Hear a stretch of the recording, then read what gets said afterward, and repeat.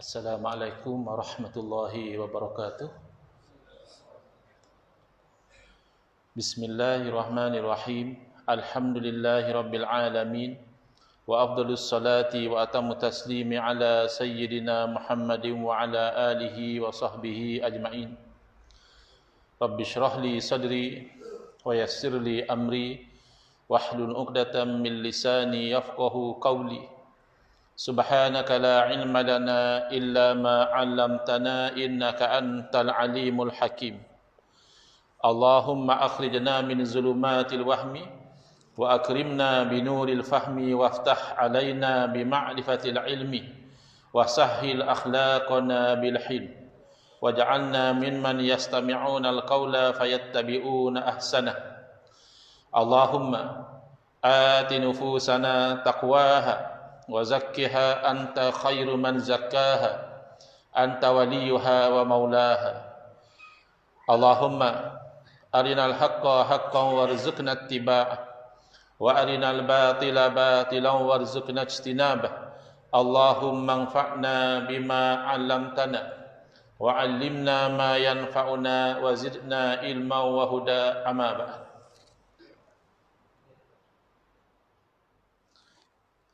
Alhamdulillah, muslimin, muslimat, hadirin hadirat yang saya hormati.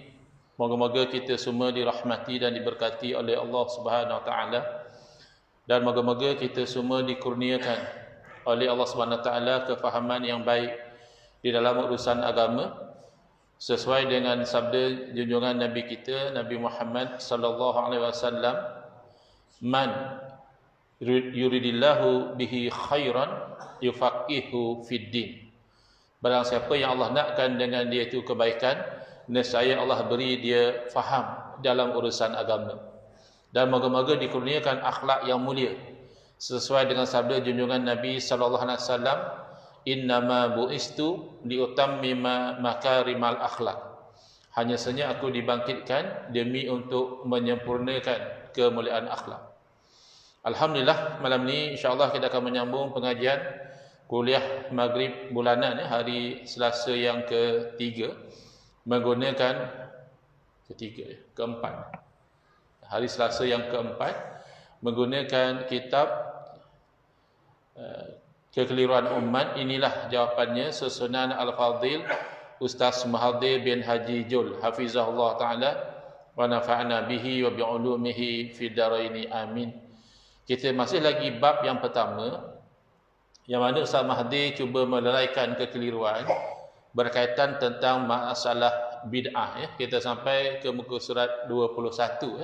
Dan untuk makluman jemaah, saya difahamkan oleh penerbit sudah siap cetakan baru kitab ini. Jadi sesiapa yang nak mengaji secara berkitab boleh dapatkanlah dari penerbit, iaitu Galeri Ilmu, atau saya lihat ada juga mereka pasarkan di Shopee.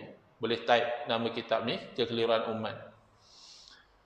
Cuma nanti kalau tuan-tuan dah ada kitab, saya mungkin juga akan tukar ke yang naskah baru kerana page dia tu tak sama. Isi insya-Allah kebanyakannya masih sama, cuma ada penambahbaikan.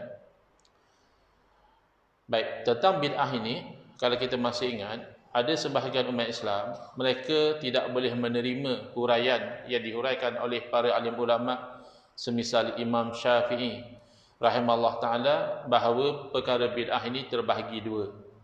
Ada bid'ah yang terpuji, iaitu perkara baharu yang selari dengan sunnah, yakni selari dengan ajaran Nabi sallallahu alaihi wasallam. Dan ada bid'ah yang mazmumah, terkeji. Bid'ah yang terkeji ini adalah perkara baharu yang bercanggah dengan sunnah, yakni bertentangan dengan ajaran Nabi sallallahu alaihi wasallam. Mereka tak boleh terima kerana mereka literalis dalam memahami dalil. Mereka tidak pandai memahami dalil secara konteks. Mereka berpegang sebagaimana kita berpegang dengan hadis yang sahih, yang mana Nabi sallallahu alaihi wasallam bersabda antara lain, kullu bid'atin dalalah. Setiap perkara bid'ah itu merupakan kesesatan. Jadi dia pegang secara literal, kalau sudah setiap bid'ah itu sesat, mana ada bid'ah yang terpuji? Mana ada bid'ah yang hasanah? Dia lupa bahawa hadis ini perlulah ditimbang di atas neraca ayat suci Al-Quran, disuluh dengan hadis-hadis yang lain, dirujuk kepada kaedah umum di dalam syarak, barulah dikeluarkan kefahaman daripada hadis tersebut. Al-Imam Nawawi rahimahullah ta'ala telah menjelaskan, wa qauluhu sallallahu alaihi wasallam wa kullu bid'atin dhalalah haza amun maksus. Ini kita dah hurai dalam kuliah-kuliah yang lalu. Sabda Nabi SAW, dan setiap perkara bid'ah itu merupakan kesesatan, haza amun maksusun. Ini adalah lafaz yang am, maknanya umum. Kullu menunjukkan umum, tetapi maksusun, telah dikhususkan kepada bid'ah tertentu. Wal muradu ghalibul bid'ah, yang dikehendaki adalah kebanyakan bid'ah, bukan kesemua. Kita jelas uraikan dalam kuliah yang lalu ayat suci Al-Quran yang mana Allah Ta'ala menggunakan kalimah kullu dengan makna sebahagian. Contohnya, tudammiru kulla syai'in bi amri rabbiha. Tudammiru maknanya menghancurkan, membinasakan. Apakah yang membinasakan? Iaitu taufan yang melanda kaum yang ingkar untuk beriman dengan Rasulnya. Apakah yang dibinasakan? Kulla syai'in. Kalau ikut secara literal, secara zahir, maknanya semua binasa. Tapi kalau kita sambung ayat tersebut, di hujung ayat Allah berfirman, فَأَصْبَحُوا لَا يُرَى إِلَّا مَسَاكِنُهُمْ. Maka jadilah kaum tersebut tidak kelihatan lagi kecuali tempat tinggal mereka. Berarti tempat tinggal tidak binasa. Langit bumi syai'un, tapi langit bumi tidak binasa. Gunung ganang syai'un juga, tapi gunung ganang tidak binasa. Maka kulla syai'in bermakna kebanyakan sesuatu binasa, bukan semua. Itu juga dalam ayat Al-Quran, wa kana wara'ahum malikun ya'khudhu kulla safinatin ghasba. Adalah di belakang mereka. Tapi kalau ikut tafsirannya, para ulama mengatakan wara'ahum itu bermaksud di hadapan mereka. Malikun, seorang raja. Raja ini mengambil apa? Kulla safinatin ghasba. Mengambil setiap sampan sebagai rampasan. Ya. Jadi kalau ikut zahir ayat Al-Quran, yang namanya sampan, perahu, mesti diambil oleh raja ini. Tidak ada yang tidak diambil. Kenapa? Quran kata kulla safina, setiap sampan. Tapi sepakat ahli tafsir mengatakan raja hanya mengambil sampan yang elok sahaja. Sampan yang ada lubang, yang ada cacat, raja tidak ambil. Dan itulah dalam kisah dalam suratul Kahfi ini, Nabi Khidir alaihissalam melubangkan sampan tersebut. Kan ditegur oleh Nabi Musa, kenapa buat begitu? Jadi Nabi Khidir terangkan tujuannya supaya bila raja lihat sampan itu berlubang, raja tidak merampas sampan tersebut. Ini kaedah irtikab aqafu ad-dararaini, melakukan mudarat yang lebih ringan untuk menolak mudarat yang lebih besar. Antara sampan dirampas, langsung tidak ada sampan, lebih ringanlah kalau sampan itu setakat berlubang, masih boleh dibaiki lagi. Choosing lesser of two evils. Dalam hadis, Nabi SAW bersabda, kullu bni Adam ya'kuluhu turabu illa ajbaz zanab. Setiap anak Adam akan dimakan oleh tanah, yakni bila meninggal akan reput, kecuali tulang sulbi. Walaupun zahir hadis yang namanya anak Adam bila mati jasadnya pasti reput, tapi ternyata jasad para nabi dijaga oleh Allah, padahal para nabi anak Adam. Jasad orang yang mati syahid dalam peperangan juga ada yang Allah jaga, jasadnya tidak terjejas, tidak dimakan oleh tanah, padahal orang mati syahid anak Adam. Hadis mengatakan kullu bani Adam, setiap anak Adam. Tapi kullu bani Adam dalam hadis bermaksud kebanyakan. Ya, kebanyakan anak Adam, sehebat mana pun di dunia, ya, sama ada dia raja kah, rakyat biasa kah, orang gagah kah, orang biasa kah, bila meninggal akan reput. Tapi tidak semua. Ya, ada jasad-jasad orang yang meninggal dunia seperti para nabi, para syuhada yang Allah jaga daripada dimakan oleh tanah. Dalam hadis yang lain, Nabi SAW bersabda, al-habbatus sauda'u shifa'un likulli da'in ilal maut. Habbatus sauda menjadi syifa, menjadi kesembuhan bagi setiap penyakit kecuali mati. Kalau ikut zahir hadis, maknanya tidak ada penyakit yang tidak boleh dirawat dengan habbatus sauda. Kenapa? Kerana Nabi SAW telah menyebut likulli da'in, bagi setiap penyakit. Tetapi para ulama menerangkan yang dimaksudkan kulli da' adalah kebanyakan penyakit. Ada juga penyakit yang tidak sesuai, ya, dirawat dengan habatus sauda maka tidak sembuh. Ya, kalau orang yang belajar bidang perubatan, sama ada perubatan moden atau tradisional, dia tahu ya, penyakit-penyakit ini ada ubat yang sesuai. Kena dengan obatnya, dengan izin Allah sembuh. Tak kena dengan obatnya, macam mana pun tak sembuh. Jadi ini terbukti bahawa kullu dengan makna sebahagian itu biasa dalam Quran dan hadis, sehingga mereka sebenarnya menonjolkan kejahilan bila mereka terkejut. Mana boleh kullu makna sebahagian? Jadi lebih-lebih lagi kalau kita melihat bahawa mengiktiraf bid'ah yang hasanah ini sebenarnya adalah sunnah. Jadi kadang-kadang mereka ni mendakwa kami ni pejuang sunnah. Ustaz-ustaz kami lah ustaz-ustaz sunnah. Kampung kami lah perkampungan sunnah. Tapi mereka gagal memahami sunnah sebagaimana yang sepatutnya. Jadi dibawa oleh Ustaz Muhaddir 10 contoh bagaimana Nabi sallallahu alaihi wasallam sendiri mengiktiraf bid'ah yang hasanah. Iaitu perkara baru. Nabi tak pernah suruh, Nabi tak pernah buat, ada orang buat, sahabat buat, Nabi mengiktiraf, Nabi puji. Di situ mereka masih tak faham lagi. Mereka kata yang tu lain ustaz. Yang tu dah jadi sunnah. Kan ustaz kata Nabi iktiraf. Bila Nabi iktiraf, itu sudah naik status menjadi sunnah, bukan lagi bid'ah. Itu namanya sunnah takririyah. Sunnah dalam bentuk pengiktirafan. Jadi dia tahu, tapi dia tak faham. Yang dia cakap tu betul. Bahawa bila Nabi SAW mengiktiraf satu perkara, maka pengiktirafan itu telah menjadi satu sunnah. Tetapi dia gagal faham bahawa ketika sahabat buat benda itu, masih statusnya bid'ah. Belum ada pengiktirafan lagi. Masa sahabat mula-mula buat tu, Nabi belum iktiraf lagi. Maknanya itu benda baru. Kemudian Nabi lihat, kalau bercanggah dengan syarak perbuatan itu, Nabi larang. Nabi komplain, Nabi nasihat, Nabi kritik. Tetapi kalau perbuatan yang baru itu selari dengan syarak, Nabi SAW puji. Nabi cakap ada pahala. Atau paling tidak, Nabi diam, Nabi tidak larang. Maka perkara baharu itulah namanya bid'ah. Bila Nabi iktiraf, bermakna sunnah Nabi adalah mengiktiraf perkara baharu, yakni bid'ah, yang tidak bercanggah dengan syarak, yakni hasanah.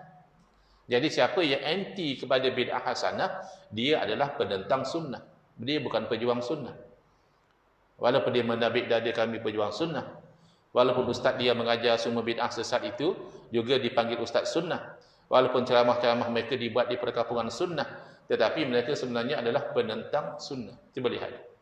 Yang pertama, sebenarnya tak perlu sampai 10 pun.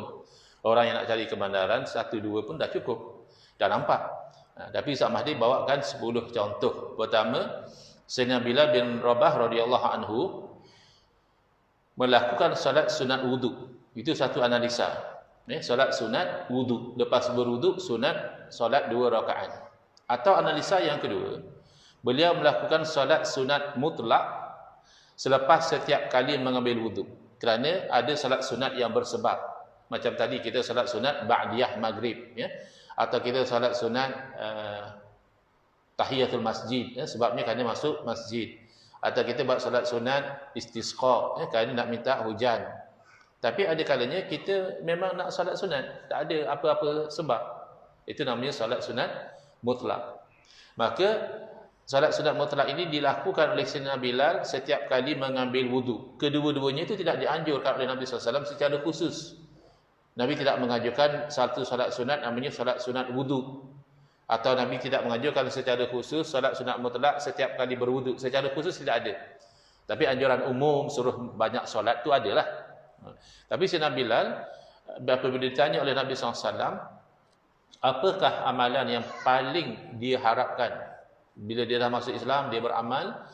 Dalam banyak-banyak amalan yang dia buat tu, manakah amalan yang dia paling harap mendapat ridha, balasan yang baik daripada Allah? Lalu Sayyidina Bilal berceritalah, saya ni ya Rasulullah, saya tidak berwudu, melainkan saya akan solat 2 rakaat lepas wudu. Lalu kalau benar setiap perkara bid'ah itu sesat, itu kan masa Sayyidina Bilal buat belum ada pengiktirafan lagi. Statusnya bid'ah. Dan ianya ibadah. Tentulah Nabi SAW akan larang. Jangan Bilal, kamu jangan pandai-pandai macam itu. Solat ni adalah ibadah. Saya tak pernah suruh. setiap kali ambil wuduk solat sunat 2 rakaat. Sepatutnya begitulah kalau ikut teori, setiap perkara baharu dalam agama itu sesat. Tetapi oleh kerana perkara baharu ini tidak bercanggah dengan syarak, tak ada satu halangan kata satu orang lepas wuduk tak boleh solat 2 rakaat, tak ada. Maka Nabi SAW bahkan memuji dan mengaitkan amalan Sayyidina Bilal itu dengan balasan syurga. Nabi SAW bersabda, inni sami'tu baina yadayya duffa na'laika fil jannah. Sesungguhnya saya telah mendengar di hadapan saya derapan 2 selipar kamu di dalam syurga. Jadi Nabi SAW sendiri mengiktiraf amalan Sayyidina Bilal tadi. Contohlah kalau kita nak tengok amalan kita membaca Yasin pada malam Jumaat, ya, secara dalil yang sahih tidak ada, ya. Ada dalil yang dhaif bahawa Nabi SAW bersabda, yang bermaksud barang siapa yang membaca surah Yasin pada malam Jumaat diampunkan baginya dosa dia. Jadi di sisi para alim ulama, hadis dhaif boleh dijadikan sandaran kerana fadailul a'mal saja, cerita tentang fadilat. Hukum baca Yasin orang dah tahu sunat. Hukum baca Quran sunat. Tapi kalau baca Yasin malam Jumaat ada fadilat. Fadilat tu disebut dalam hadis yang dhaif. Kata Imam Nawawi rahimahullah taala, ittafaqa al ulama minal muhaddisina wal fuqaha wa ghairihim yajuzu wa yustahabul amalu bil hadisi dhaif. Ya. Telah sepakat para alim ulama di kalangan ahli hadis, ya. Tadi saya baru balik dari Melaka, wacana hadis, ya. Mereka anjuran KDN dan juga Jabatan Agama Islam Melaka, wacana hadis. Salah satunya isu orang menolak hadis dhaif secara total. Jadi ini bercanggah dengan kesepakatan ulama. Imam Nawawi mengatakan ulama sepakat, sama ada ulama hadis atau ulama fiqh atau ulama selain daripada 2 bidang ini sepakat bahawa boleh, bahkan digalakkan beramal dengan hadis dhaif. Di mana? Pertama, fadail, ya, fadilat. Cerita tentang kelebihan baca Yasin malam Jumaat, ini kelebihannya. Kenapa boleh beramal sedangkan hadis itu dhaif? Maka itu kita terangkan dalam wacana tadi, istilah dhaif ni bukan bermakna hadis itu palsu, bukan. Istilah dhaif secara umum merujuk kepada hadis yang tidak memenuhi syarat hadis sahih. Ini kita akan cerita nanti dalam bab yang keempat secara detail tentang hadis dhaif. Apa cerita hadis dhaif ni? Tapi untuk for the purpose untuk kita punya perbincangan tentang bid'ah ini, jadi amalan kita itu membaca Yasin malam Jumaat, kita katakanlah kalau kita ketepikan hadis yang dhaif tadi, tidak ada satu dalil yang khusus kita itu baca Yasin malam Jumaat. Tapi kan baca Yasin itu sunat. Dan kita baca setiap Jumaat itu masih terpayung dengan dalil umum, ahabul a'mali ilallah adwamuha wa in qalla. Sekasih-kasih amalan kepada Allah adalah yang paling berkekalan walaupun sedikit. Sedikitlah tu baca Yasin seminggu sekali. Ya, kalau orang yang rajin baca Yasin tiap-tiap malam. Sikitlah tu baca Yasin saja. Kalau orang rajin selain pada Yasin dia baca Kahfi lagi, baca Waqiah lagi, baca Al-Mulk lagi, macam-macam lah dia baca. Tapi kita ni bukan malas, ya, kurang rajin. Maka kita bacalah Yasin seminggu sekali. Masih kita berharap termasuk di dalam sekasih-kasih amalan di sisi Allah kerana berkekalan. Ya, istiqamah tu ada nilai di sisi Allah Ta'ala. Yang kedua, cerita tentang kisah sahabat Nabi mendirikan solat 2 rakaat sebelum dibunuh, ya, oleh musuh. Jadi bila ditangkap oleh musuh beritahu kami akan bunuh kamu. Jadi dia minta sikit masa untuk solat. Dah tahu nak mati. Dalam dah tahu nak mati, buatlah amalan yang baik. Sebab al-umur biqawatimiha, sesuatu urusan-urusan tu dinilai dengan penghujung dia. Kita nak penghujung tu baik. Na'udzubillah kalau sampai penghujung tu su'ul khatimah. Kita tak mau. Kita nak husnul khatimah. Jadi dah diberitahu dia nak dibunuh. Dia kata bagi saya masa, saya nak salat 2 rakaat. Dan beliau mengatakan kalaulah tidak bimbang dituduh pengecut, pasti saya akan panjangkan lagi salat saya. Sebab khusyuk, ya. Kan selalu kadang-kadang imam ada pesan, sallu salatal muwaddi'. Salatlah kamu semua ibarat solat orang yang nak ucap selamat tinggal. Ya. Kalau kita tahu ini solat terakhir kita, tentu berbeza kekhusyukan kita. Contohlah ya, orang yang dijatuhkan hukuman gantung sampai mati. Dah diberitahu besok hukuman akan dilaksanakan. Lepas sembahyang subuh, kami akan laksanakan hukum gantung. Tentu kalau orang tu beriman, lain solat dia yang terakhir tu. Cuma dia tak nak panjang kot orang kata dia pengecut. Yang penting itu tidak dianjurkan oleh Nabi SAW secara khusus. Tapi apabila berita itu sampai kepada Nabi SAW, baginda tidak komplain. Dan beliau adalah orang yang pertama melakukan salat 2 rakaat ketika akan dibunuh. Yang ketiga, sahabat Nabi Rifa'ah bin Rafi' Az-Zurqi radhiyallahu ta'ala anhu membaca doa ataupun tasbih ataupun tahmid ya, selepas i'tidal, iaitu ketika Rasulullah SAW menjadi imam salat maghrib, Nabi SAW bangkit daripada rokok ya, bukan selepas i'tidal, selepas rokok, yakni ketika i'tidal. Sami Allahu liman hamidah, ya, itu Nabi bangun daripada rokok. Lalu sahabat ini tanpa dianjurkan oleh Nabi SAW, terus dia memuji Allah Ta'ala dengan kata dia, Rabbana lakal hamdu hamdan kathiran tayyiban mubarakan fih. Wahai Tuhan kami, bagimulah segala pujian, pujian yang banyak, yang baik, yang diberkati padanya. Nabi SAW tak ajar. Dan ini tengah solat. Nabi lepas solat Nabi tanya, Manil mutakallimu anifa? Siapa yang bercakap macam tu tadi? Akhirnya sahabat tu mengaku, Ana ya Rasulullah. Sayalah wahai Rasulullah. Kalau kena dengan kawan-kawan kita yang tak faham bab bid'ah ni, oh dia akan kata ni apa ni? Ni solat mana boleh baca benda yang Nabi tak ajar. Nabi SAW sendiri menilai bahawa memuji Allah pada masa i'tidal tu tidak ada larangan. Bahkan pujian itu sangat baik, sehinggalah Nabi SAW bersabda, Inni ra'aitu bid'an wa salasina malakan yabtadirunaha ayyuhum yaktubu awal. Sesungguhnya saya telah melihat 30 lebih malaikat berlomba-lomba siapa antara mereka yang terlebih dahulu menulis pahala apa yang kamu sebut. Walaupun Nabi tak ajar, ada pahala dia. Mungkin timbul persoalan. Itu okeylah Ustaz, zaman Nabi masih hidup, Nabi boleh nampak malaikat berlomba-lomba tulis pahala. Di zaman kita kalau berlaku benda-benda baru, ya, siapa yang nak nampak malaikat? Dia orang yang cakap macam tu dia tidak faham ilmu usul fiqh. Ya, ilmu usul fiqh sumber hukum Quran, sunnah, ijma', qiyas, itu hampir sepakat. Ada lagi yang diperdebatkan istishab, istihsan, sadu zara'i, masalah mursalah, uruf syar'u man qablana dan seumpama dengannya. Jadi tak termasuk sumber hukum melihat malaikat.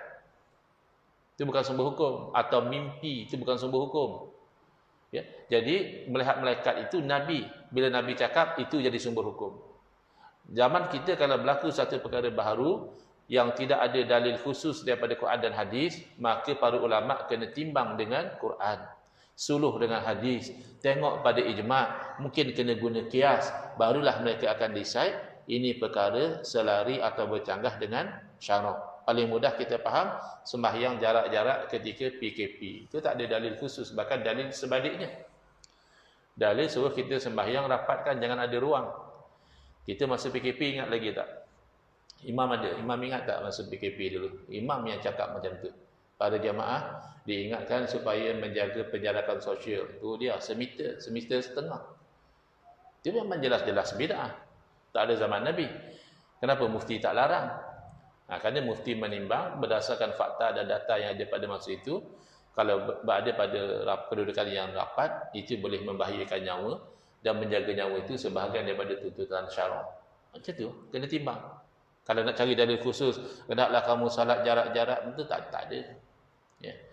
Jadi bukan isu melihat malaikat itu berlaku pada Nabi SAW, dan bila Nabi cakap, maka sumber hukumnya adalah sunnah. Sementara setelah kewafatan Nabi SAW, berlaku perkara baru, maka para ulama merujuk kepada sumber hukum.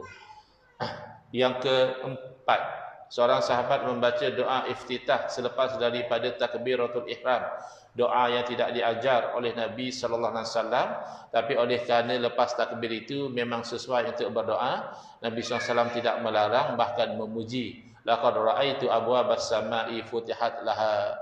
Saya telah melihat pintu-pintu langit dibuka bagi menerima doa tersebut. Yang kelima, Katanya tak boleh bid'ah dalam urusan ibadah, semuanya haram.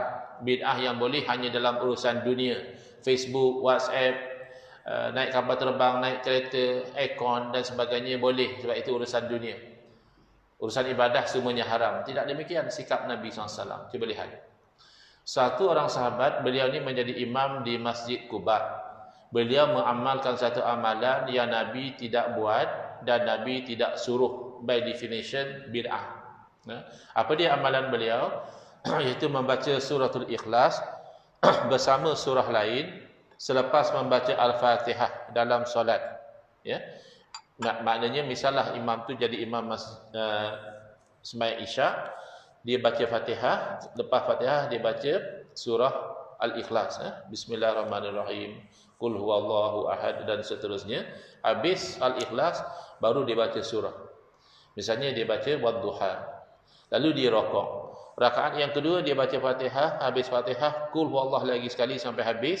Lepas tu baru dia baca surah, katakan Alam Nashrah, baru dia rokok. Yang pertama, amalan macam ni Nabi tak buat. Yang kedua, amalan sebegitu Nabi tidak anjurkan. Yang ketiga, kebetulan makmum kat situ tak suka. Jadi makmum hantar wakil lah, komplain kat imam. Jadi kalau imam surau Bukit Mulia ada makmum komplain, tak payah kecil hati sangat lah. Ya, imam zaman Nabi pun orang komplain, apa dah hal. Makmum dia tak berkenan, dia komplain. Dia kata, imam apa kata pilih satu saja. Kalau imam nak baca Qul huwallah, cukup dengan suratul Ikhlas saja, tak payah baca surah. Kalau imam nak baca surah, surah saja, tak payah baca Qul huwallah lagi. Pilih satulah, jangan baca dua-dua. Lalu imam rupanya dia bertegas. Dia kata macam ni lah, kamu pun pilih satu. Kalau kamu orang nak saya jadi imam, macam itulah cara saya. Kalau kamu nak macam-macam, nanti imam lain je lah, senang. Tapi makmum memang berkenan dia jadi imam, suka dia jadi imam. Cuma satu perkara itu mereka kurang berkenan. Mereka adu kepada Nabi SAW. Kalau zaman kita ni tak berkenan dengan imam, buat aduan kat Jais, kat Jawi. Zaman dulu adu pada Nabi direct. Lalu Nabi SAW panggil imam tersebut. Kalaulah betul perkara baharu dalam ibadah semuanya haram, maka sebagai seorang Rasul yang bersifat tabligh menyampaikan, Nabi SAW kena beritahu, Mam, jangan buat macam tu, Mam. Ni solat ni urusan agama. Saya tak pernah suruh buat macam tu. Saya pun sendiri tak pernah buat macam imam buat ni. Haram buat benda macam tu. Kan sepatutnya begitu. Tapi Nabi siasat dahulu. Nabi nak pastikan adakah selari atau bercagah dengan syarak. Nabi tanya apa dorongan dia. Apa sebab imam tak nak ikut cadangan daripada jemaah? Jawab imam itu, Inni uhibbuha ya Rasulullah. Aku buat macam itu, ulang-ulang baca Allah tu, kerana sesungguhnya aku kasih sangat kepada surah tersebut, wahai Rasulullah. Sebab wallahu alam, tetapi kemungkinan besar kerana surah Allah ni adalah surah Tauhid. Bila orang Yahudi tanya kepada Nabi SAW, sif lana rabbak, sifatkan kepada kami Tuhan kamu. Lalu diturunkan wahyu, Nabi pun baca surah Qul huwallah tadi. Qul huwallahu ahad. Nak tahu Tuhan kami? Allah yang Maha Esa. Allahus Samad. Allah lah tempat pergantungan. Mana Allah Maha berkuasa, Maha berkehendak, tidak berhajat kepada yang lain. Itulah ayat muhkamat. Jangan main dengan ayat mutasyabihat. Allah du atas aras, Allah jari ada berapa, Allah tangan ada berapa. Jangan. Ayat muhkamat tu serah pada Allah Ta'ala makna sebenar. Ayat mutasyabihat, ayat muhkamat yang jadi pegangan kita. Jadi jelas surah tu surah Tauhid, dia kasih kepada surah tersebut. Kasih pada Al-Quran bercanggah tak dengan syarak? Tak bercanggah, bahkan baik. Lalu Nabi SAW puji, hubbuka iyyaha adkhalakal jannah. Kasih kamu kepada surah tersebut itu memasukkan kamu ke dalam syurga. Kalau nak ikut sunnah Nabi, macam itulah caranya. Jangan asal baharu, haram, bid'ah, Nabi tak buat, masuk neraka. Jangan. Ikut sunnah Nabi, apa saja perkara baharu ditimbang dengan syarak. Maka zaman kita ni, ulama kena rujuk pada Quran, rujuk pada hadis, tengok ijma' ulama. Kalau perlu guna kias, guna kias. Kalau tak dapat lagi guna kaedah istishab. Mazhab yang guna istihsan, dia akan guna istihsan. Yang guna masalah mursalah, rujuk pada masalah mursalah. Bukan terus-terus baharu, haram terus masuk neraka, tidak. Kerana itu bukan sunnah Nabi. Lagi 5 contoh, oleh kerana dah nak masuk waktu Isyak, insya-Allah kita akan huraikan pada kuliah yang akan datang. Jadi kita baru habis separuh, 5 dari 10 contoh. Dan next di buku surat 23, bagaimana suratul Fatihah dijadikan ruqyah tanpa dianjurkan oleh Nabi SAW. Bismillahirrahmanirrahim. Alhamdulillahirabbil alamin. Wassalatu wassalamu ala asyrafil anbiya'i wal mursalin wa ala alihi wa sahbihi ajma'in. Allahumma syrah sudurana wa ahsin akhlaqana wa azim ujurana wa nawwir qulubana bi nuri hidayatika kama natarada bi nuri syamsika abadan abada bi rahmatika ya arhamar rahimin. Walhamdulillahi rabbil alamin. Amin ya rabbal alamin. Wal afu minkum.